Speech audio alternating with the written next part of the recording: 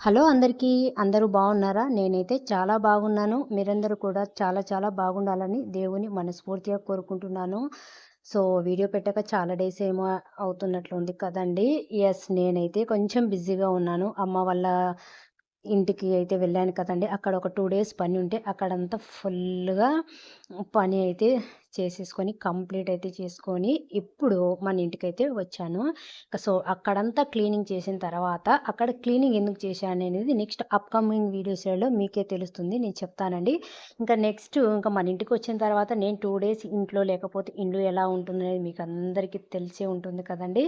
So, ఇంక అందుకనేసి ఇంకా ఫెస్టివల్ కూడా వస్తుంది కాబట్టి ఇంకా మొత్తం కూడా మీకు తెలుసు కదండీ! నేను ఎక్కడికైనా ఒక 2 డేస్ వెళ్ళినా సరే, ఇండ్లనంతటిని మంచిగా అయితే క్లీన్ చేసుకుంటాను కదండీ! సో, అందుకనేసి ఈరోజు కిడ్స్ బెడ్‌రూమ్‌నైతే కొంచెం మంచిగా కనిపించేటట్టుగా చేద్దాము. కొన్ని ప్రొడక్ట్స్ అయితే తెప్పించుకునేవి ఉన్నాయండి. అవన్నీ కూడా నేనెక్కడ తెచ్చుకున్నానో వాటి లింక్స్ అన్నీ కూడా కిందయితే మెన్షన్ చేస్తాను. మీకు ఇంట్రెస్ట్ ఉంటే తీసుకోవచ్చునన్నమాట. సో, ఇక్కడైతే నేను బెడ్‌రూమ్ అయితే డీప్ క్లీనింగ్ చేస్తున్నానండి. ఇక్కడొచ్చేసి పెద్దగా దుమ్మయితే పడదండి. ఈ ఈ రూమ్‌ను మేము పెద్దగా యూజ్ చేయం కాబట్టి అంత కష్టంగా అనిపించదు నాకు. నా ఫేస్ కొంచెం డల్‌గా ఉంటుంది. ఇగ్నోర్ చేయండి. ఎందుకంటే 2 డేస్ నుంచి నేనింక అక్కడ ఆహ్, పల్లెటూరికి వెళ్ళాను కదండీ! ఇంకా అక్కడ 2 డేస్ పని చేసి వచ్చాను కాబట్టి కొంచెం ఫేస్ అనేది డల్‌గా అనిపిస్తూ ఉంటుంది. సో, ఇక్కడైతే మా బెడ్‌రూమ్ నాకు సైజ్ అయితే తెలియదండి.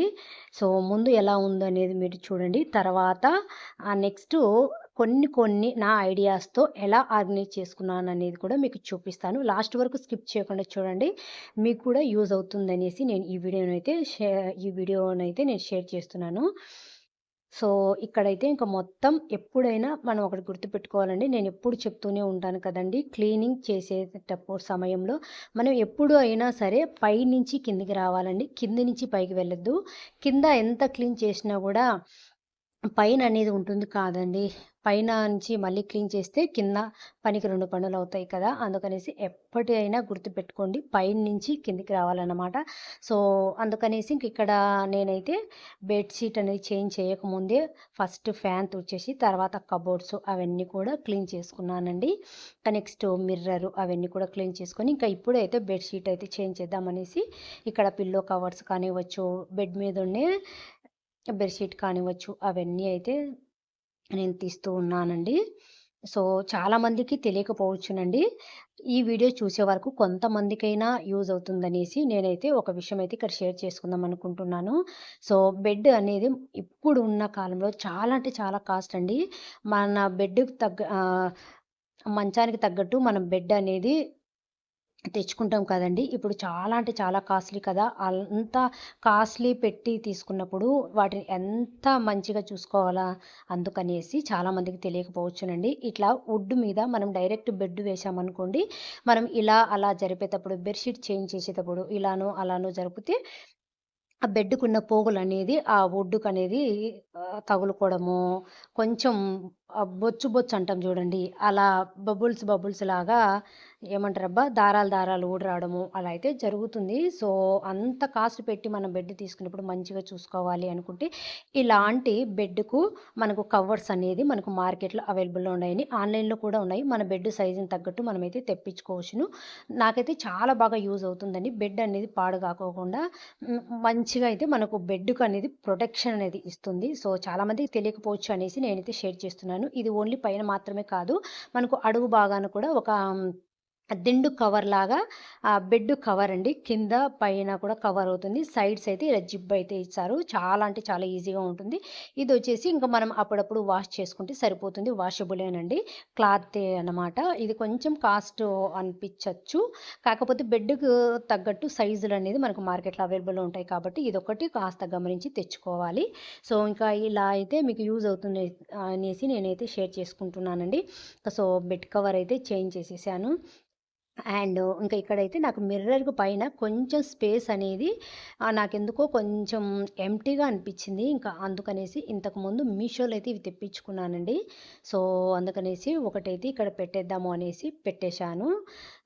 నాకైతే లుక్ అయితే చాలా బాగా అనిపించింది. ఉన్న స్పేస్‌లోనే మనము ఎంత మంచిగా ఆర్గనైజ్ చేసుకోవాలనేది ఈ వీడియోలో నేను చూపిస్తున్నాను కాబట్టి, మీరు కూడా నా వీడియోస్ చూడడం వలన మీకు కొంచెమన్నా ఉపయోగపడుతుంది. మీరు కూడా ఫాలో అవుతారనే ఉద్దేశ్యంతో ఈ వీడియో అనేది నేను షేర్ చేస్తున్నానండి. నెక్స్ట్ వచ్చేసి ఆ వాల్ అండి. నేను వాలు ఇంట్లో పెయింటింగ్ కొట్టే టైంలోనే నేను ఒక వాల్ అంతా కూడా నాకు ఇలా 3 కలర్స్ వచ్చే రకంగా ఉండాలి అనేసి నేనైతే వాల్‌కైతే పెయింటింగ్ అయితే ఇలా కొట్టిచ్చేసాను. మా పెయింటర్‌ని అడిగేసి. నేను ఈ వాల్ డెకార్ అయితే నేను ప్రింటిష్‌లో చూసానండి. సో, నాకైతే చాలా బాగా అనిపిచ్చింది. అందుకనేసి నేనైతే ప్రింటిష్‌లో చూసేసి ఆయనకు పిక్ అనేది చూపిచ్చేసి నాకు వాల్‌కు ఇలా రావాలి అనేసి కలర్‌లయితే వేపిచ్చానండి. సో, ఇంకా వాల్‌కు పెయింటింగ్సు వేపిచ్చి కూడా చాలా డేసే అవుతుంది. నాకు తెలిసినంత వరకు ఒక 3 ఇయర్స్ ఏమో అయిందండి. ఇంక అందుకనేసి ఇంక చూసి చూసి నాకే బోర్ కొట్టేసింది. ఇంకా అందుకనేసి ఇంక పెయింటింగ్‌నయితే ఇంక మనం మార్చలేము కాబట్టి, ఇంకా ఏదైనా కొత్తగా క్రియేట్ చేద్దాము అని ఆలోచన చేసి చేసి ఫైనల్‌గా నాకొక ఐడియా అయితే తట్టిందండి. సో, ఇంకా అందుకనేసి ఇంకా ఇలా నా దగ్గర ఎప్పుడో అమెజాన్‌లో వేరే పర్పస్ మీదయితే తీసుకున్నాను. ఈ ప్లాస్టిక్ కంటైనర్స్ అయితే. సో, ఇంకా వీటికైతే యూజ్ చేద్దామనేసి ఇంకా ఇలా డిసైడ్ అయిపోయి వాల్‌కైతే నేను డ్రిల్లింగ్ అయితే చేపిచ్చేసి ఇంకా ఇలా పెట్టేశాను. ఎందుకంటే కొంచెం వెయిట్ ఉంటాయి కాబట్టి ఇంకా గమ్ముతో స్టిక్ చేయకోకుండా ఇంగా డైరెక్టు డ్రిల్లింగ్‌తో అయితే నేను హోల్స్ అయితే వేపిచ్చానండి. నాకు సాయిల్‌లో పెంచడం కొంచెం కష్టం అనిపిచ్చింది. వాటిని కేర్ తీసుకోవాలి అంటే రూమ్‌లో కదా! అందుకనేసి నాకు వాటర్‌లో పెంచడమే చాలా ఈజీ అనిపిచ్చేసి ఇలా గ్లాస్ తీసుకొని అందులో వాటర్ అయితే వేసేసి ఇలా మనీ ప్లాంట్‌ని అయితే పెట్టానండి. నాకైతే చాలా చాలా బాగా నచ్చింది ఈ వాల్ అంతా కూడా. సో, మీకెలా అనిపిచ్చిందనేది కూడా కామెంట్ సెక్షన్‌లో మెన్షన్ చేయడం అయితే అస్సలు మర్చిపోవద్దండి. సో, ఇంకా నాకు మిర్రర్‌కి పైన కూడా ఇంకా ఇలా పెట్టేసరికి నాకైతే చాలా మంచి లుక్ అనిపిచ్చింది. సో, ఫైనల్‌గా ఇక్కడ చూపిస్తున్న ఈ సెల్ఫ్స్ వచ్చేసి ఒక సెల్ఫ్‌లో వచ్చేసి ధాత్రి బుక్స్ ఉంటాయి. ఇంకో సెల్ఫ్‌లో వచ్చేసి మా అబ్బాయి బుక్స్ అయితే ఉంటాయి. ఇకపోతే ఇక్కడ ఫుల్లు ఇచ్చారు కదండీ కబోర్డ్స్. ఇక్కడొచ్చేసి నా సామ్రాజ్యం అనమాట. నా బట్టల సామ్రాజ్యము. సో, ఇంక వీటికి ఎటువంటి డిస్టర్బెన్స్ లేకోకుండానే మేము రూమ్ తగ్గట్టుగానే ఈ కాట్ అనేది మేమైతే దగ్గరుండి మరి చేపిచ్చుకున్నామండి. ఇందుకేనండి ఫస్ట్ యాక్చువల్లీ చెప్పాలంటే ఇది మేము ఓపెన్ కిచెన్ లాగా అనుకోని ఫస్టు బిల్డర్ అయితే ఓపెన్ కిచెన్ లాగా అనుకోని ఇలా పెట్టాము. ఇంక తర్వాత స్వామీజీని తోడుకొనొచ్చిన తర్వాత ఇక్కడ కిచెన్ ఉండకూడదని చెప్పాడు. ఇంక ఏమి చెయ్యలేక ఇంక పైన అట్ట అట్టకలంటాం కదండీ! అవన్నీ కూడా ఏం లేవు ఎంప్టీనే. అప్పుడప్పుడు క్లీన్ చేసుకుంటూ ఉండాలి. సో, ఇంక అలా అయ్యేసరికి కొంచెం అటకలొచ్చేసరికి కొంచెం ముందుకొచ్చినట్టు ఉంది కదండీ! బెడ్‌రూమ్‌లో అయితే అలా అయితే ఉండదు కదా! ముందు చెప్పినాం కదా! ముందు ఓపెన్ కిచెన్ అనుకోని ఇంక పైన మనకు కిచెన్‌లో స్టఫ్ అంతా ఎక్కువగా ఉంటుంది కాబట్టి అవన్నీ పైకి వెళ్తాయనేసి ఇంకా అలా ప్లాన్ చేసి అలా అయితే పెట్టేశారు. ఇంకా ఏం చేద్దాము కిచెను ఇక్కడ ఉండకూడదని చెప్పారు. అందుకనే కిచెన్ లాస్ట్‌కి దొబ్బేసి ఇంక ఇక్కడ బెడ్‌రూమ్ లాగా అయితే మేము మార్చేసామనమాట.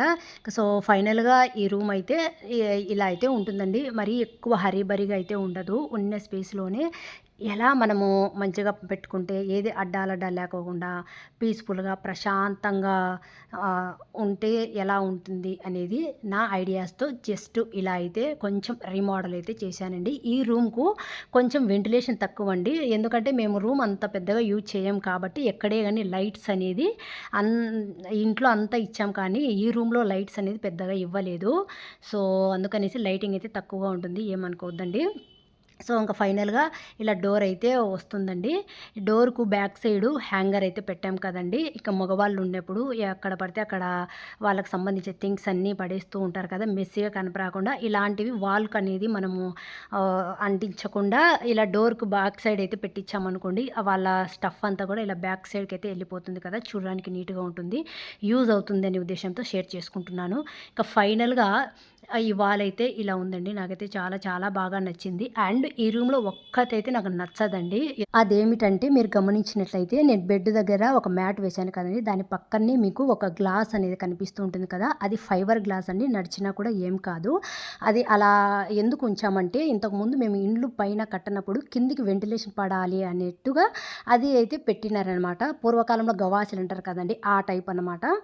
పైన ఇల్లు కట్టుకునే టైంలో ఇంకా మనము ఫ్లోరింగ్ అనేది వేస్తాం కదండీ! ఆ టైంలో తీసేసి ఇంకా మార్బలే వేద్దాము అనుకున్నాము. కాకపోతే ఇంట్లో పెద్దవాళ్ళుంటారు కదండీ! వాళ్ళు ఒప్పుకోలేదు. ఇంకా అందుకనేసి ఇంకా అలానే ఉండిపోయింది. ఇప్పుడు మేము నడిచేటప్పుడు మాకు కొంచెం ఇబ్బందిగా అనిపిస్తుంది. ఏం చేద్దాము కొన్ని కొన్ని అడ్జస్ట్ కావాల్సి వస్తుంది ఇంట్లో పెద్దవాళ్ళున్నప్పుడు.